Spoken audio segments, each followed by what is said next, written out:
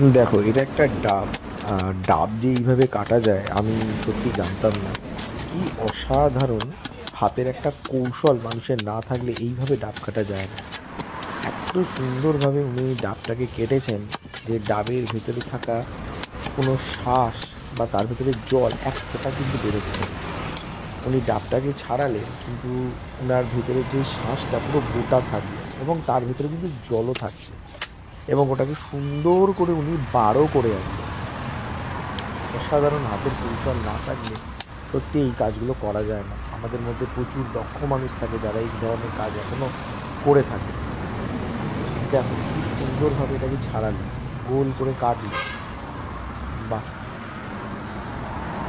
বাহ, খুব সুন্দর। মানে এটা মানে এটা একটা হাতের অসাধারণ একটা কৌশল, অসাধারণ একটা কৌশল।